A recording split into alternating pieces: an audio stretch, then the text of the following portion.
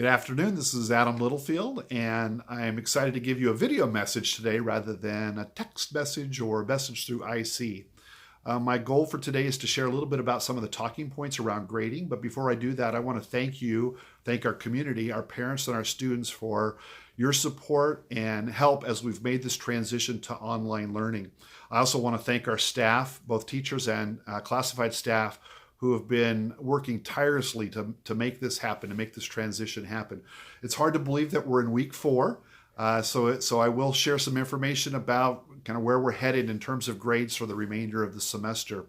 As we moved into this online learning, our school board has identified 3 goals in which they want us to pursue. One of those is to maintain the social and intellectual connections with our students so that we have those connections. And that's really the most important goal. So we've done that through some of the virtual meetings that we've had. We've done that through some of the office hours that we've had, but that is our main goal.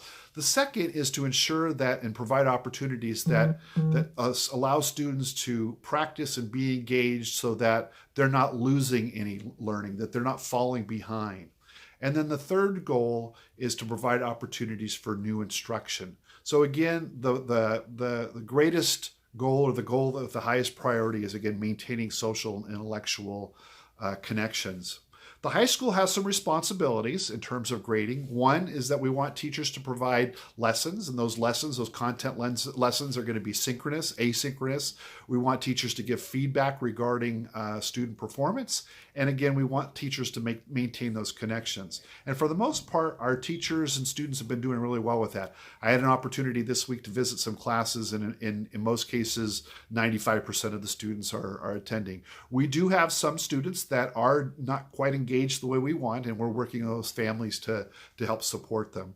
We also want teachers to have at least 1 hour, a minimum of 1 hour per week of office hours. And this is face-to-face time. This is giving that real-time opportunity for teachers and students to connect with each other.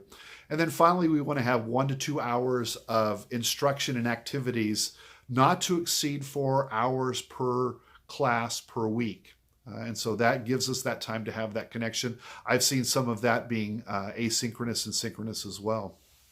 In terms of grading, as you know, teachers are the folks that determine the grades.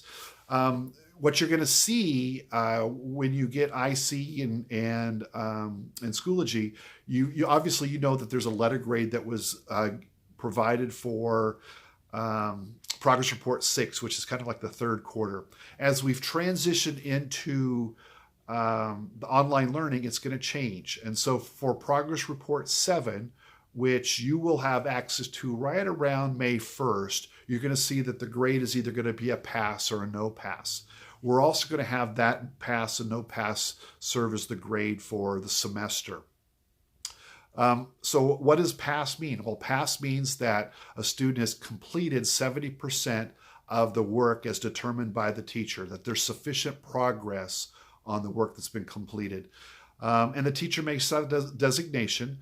So when you get into Schoology, you're not going to see points and you're not going to see grades, but you will see sufficient and non-sufficient. Teachers will help students identify what that 70% threshold looks like. And so again, say sufficient, non-sufficient, those are the grades, but there also may be some flags within Schoology that would indicate whether or not an assignment has been either excused or is missing. So anything turned in after March 16th, which is the time that we started our online learning, will show either a pass or a no pass. Also, through some communication from parents and students, I want to remind our parents and students that we're really going to work hard at following the schedule that is listed in the flexibility plan for continuity of instruction. That our teachers we're going to work hard at making sure that assignments are entered in the Schoology calendar so that you're able to see those. That we're going to really work hard at the time and the dates that we release assignments so that there's an opportunity for students to be able to see when those are there and be able to respond to them in an appropriate time. We're really working hard at making sure that there aren't any weekend due dates, and then also that there's no spring break work. So I'm hoping that you have a wonderful spring break, that you're safe, that you're healthy, and go Highlanders.